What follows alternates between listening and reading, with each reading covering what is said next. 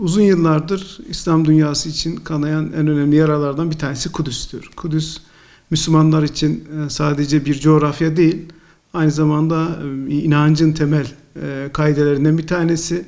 Yani İslam düşüncesinde, İslam inancında kutsal olan yerlerden bir tanesi Müslümanların ilk Kabe'sidir.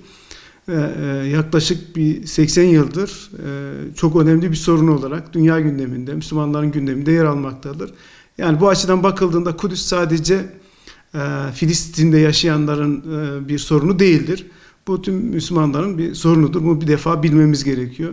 İkincisi, çok uzun yıllardır aslında ara ara da böyle coğrafi alanı gösteren, haritayı gösteren haritalara baktığımızda da oradaki değişimi zaten çok net görebiliyoruz. Yani bu kapsamda neyi görüyoruz? İşte İsrail'in kurulması ve sonrasında Filistinlere ait olan toprakların işgal edilmesi ve bu işgalin de sürdürülebilir bir şekilde devam etmesi ve bugüne gelinen noktada işte iki ayrı küçücük toprak parçası kalmış Filistinlilere. Bunlar içerisinde de Gazze özellikle bir hapishane gibi. Yani bu anlamda da bakıldığında Gazze'yi de ayrı bir yere koymamız gerekiyor. Tabi Ramallah da aslında bu anlamda farklı bir yerde duruyor ama Hamas bu anlamda işte Gazze'nin şu anda siyasal iktidarın elinde bulunduran yapı Kudüs'ü sahiplenme konusunda çok daha farklı bir yerde duruyor. Onu da görebiliyoruz. Tabii Kudüs'le ilgili olarak İslam coğrafyası, işte İslam halkı Müslüman olan ülkeler çoğu zaman kınamanın ötesine geçen bir faaliyet yürütmemişler. Oysa ki işte Siyonizm ta temelleri ilk atıldığı andan itibaren bu topraklara vaat edilmiş topraklar olarak görüyor ve sadece şu anda İsrail'in toprakları da daha da ötesine geçmek istediğini belirtiyor. Belki Türkiye'de de bunu çok sık gündeme getiren rahmetli Erbakan için ayrı bir parantez açmamız gerekiyor. Profesör Doktor Necmettin Erbakan'ın belki de sürekli ve istikrarlı bir şekilde Kudüs davasına sahip çıktığını görüyoruz. Bu anlamda İsrail'i sadece bir devlet olarak değil, dünya hakimiyetini kendi bünyesine toplayan bir zihnin ürünü olarak sunuyor ve Batı'nın da aslında bu Orta Doğu coğrafyasına istikrarsızlığı sürdürebilmek için de kullandığı bir araç olarak görüyor, bir öncü güç olarak da gördüğünü belirtiyor. Bugün gelinen noktaya bakıldığında da yani Kudüs ve Mescid-i Aksa yani tamamen Müslümanların kullanamayacağı bir alan dışına çıkartılıyor. Yani simgesel olarak çok cüzi zamanlarda işte belli namaz dönemlerinde sadece müsaade ediliyor. Yani buralar oysa ki yüzyıllarca Müslümanların egemenliği altında kaldığı dönemlerde her üç din içinde ibadetlerini çok özgürce yaptıkları bir topraktı. Osmanlı döneminde hakeza bu sürdürülmüştür. Ama bugün gelinen noktaya bakıldığında Yahudiler orada Müslümanların ilk kıblesi olan yerde dahil olmak üzere bütün her tarafı işgal ederek Müslümanlara hayat hakkı tanımamıştır. Bugün tabii bu Müslümanlara hayat hakkı tanımamasının en önemli göstergesi işte Gazze'de ortaya çıkıyor. Yani insan hakları bağlamında baktığınızda savunulacak hiçbir şey yok. Yani tamamen insan hakkı ihlallerinin bütünü var.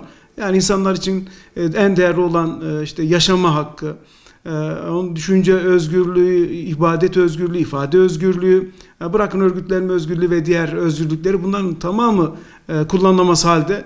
Yani insan olarak görülmüyor ve dünya kamuoyu da işin ilginci, işin garibi insan hakları ile ilgili birçok konuda çok gelişme olduğunu söylüyor ama mevzu bahis özellikle İslam toprakları olduğunda, hele özel olarak da işgal edilmiş topraklar olduğunda hiç sesini çıkartmıyor.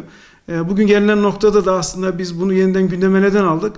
İşte Hamas uzun yıllardır yaptığı mücadelede farklı bir eyleme imza attı. Farklı bir aşamaya aslında geçti. Belki de yani dünya kamuoyunun bilmediği diyoruz ama daha da bizim için ilginç olanı, çünkü biz yıllarca işte resmi açıklamalarda özellikle Batı'nın o entelektüel birikiminde işte İsrail'in Mossad aracılığıyla dünyayı aslında kontrol ettiğini, bu anlamda işte her istediği infazı gerçekleştirdiğini, kimsenin ses çıkartamadığı, her şeyden de haberdar olduğunu belirttiği bir yapıdan bahsediyoruz ve insanları da sindiren bir yapıdan bahsediyoruz. Ama gel gör ki bugün İsrail'de işte beklenmedik, eğer istihbarati faaliyet anlamda düşündüğünüzde büyük bir başarısız örneğini ortaya koyan bir yapı ortaya çıkartmıştır. Bu anlamda kimsenin beklemediği bir eylemi gerçekleştirmiştir. Bu eylem tabi meşruiyet zeminini nereden alıyor? Biraz önce söylediğimiz gibi yani yaklaşık 3 milyona yakın insan hapishane gibi bir yerde yaşıyor. Yani diğer güneyde baktığınızda Mısır tarafında kapılar kapalı, diğer tarafta denize açılamıyor, ona müsaade edilmiyor. İsrail tarafı zaten ona müsaade etmiyor. Yani bu anlamda bakıldığında hapishane gibi. Hapishane dışında kalanlar kimler? Onlar da şu anda mülteci konumunda. İşte Lübnan'da, işte bir kısmı Suriye'de, Irak'ta yerleşmiş vaziyette. Bugün işte bizim belki Türkiye gündeminde Suriyelilerle beraber giren işte kamplarda yaşıyorlar. Yani işte bir taraftan açlıkla, bir taraftan her türlü imkansızlıkla mücadele ediyorlar. Böyle bir toplumsal zemin de var. Ama buna rağmen böyle bir baskı ortamına rağmen, hapishane ortamına rağmen Amerika'nın desteğiyle var olan bir ülkeye böyle bir müdahalede bulunuyor. Bu tabii aslında muhteşem bir eylem bu anlamda düşünüldüğünde. Yani bu beklenmeyen bir eylem. Belki bundan sonraki süreçte daha farklı bir evreye girilecek. Kimileri için yani aslında belki yeni bir 11 Eylül olarak düşünülüp işte İsrail'in bundan sonra yapacağı eylemlere meşruiyet zemini hazırlayacağı gibi bir sav ortaya konuluyor. Oysa ki biz biliyoruz ki İsrail şu ana kadar ne istediyse zaten yaptı.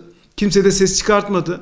Yani Birleşmiş Milletler özellikle Güvenlik Konseyi'nde hiçbir tane doğru düzgün ittifakla alınan bir karar yok. Çünkü Amerika Birleşik Devletleri devrede oluyordu. Yani bu anlamda da bakıldığında bir meşruiyet zemini zaten aramıyor yaptığı zulümler için. Yani bunu kabul etmemiz çok fazla mümkün değil. Bunu tabii özellikle Gazze'de yaşayanların, Hamas'ın bir başarısı olarak görmek lazım. Ve bu anlamda da bundan sonraki süreç için yeni bir motivasyon kaynağı olarak da görmemiz lazım. Yeni bir evreye girildiğinin farkına varmamız lazım. Yani İslam dünyasının da bu anlamda kendisini yeniden check etmesi, kontrol etmesi lazım. Neyi nasıl daha iyi yapabilirizin peşinde koşması lazım. Bu anlamda Batı paradigmasının aslında karşı gelinmiş bir eylem olması dolayısıyla, çok yönlü bir eylem olması dolayısıyla ayrıca değerlendirilmesi gerektiğini düşünüyorum. Şimdi yani İsrail'in kuruluş aşamasından itibaren, hatta Mısır'la olan savaşından itibaren, İsrail-Arap Savaşı'ndan itibaren düşünüldüğünde böyle bir eylem yok. Yani böyle bir eylem yok. Çok boyutlu, bu kadar etkili, bu kadar farklı imkanları kullanan bir eylem yok. Şimdiye kadar simgesel olarak zaten Filistin davasının en önemli şey neydi? Silaha karşı, kurşuna karşı taş atmaktı. Şimdi daha farklı bir evreye geçildiğinin farkına varmamız gerekiyor. Yani bu anlamda bu evre daha sonra neleri beraberinde getirir?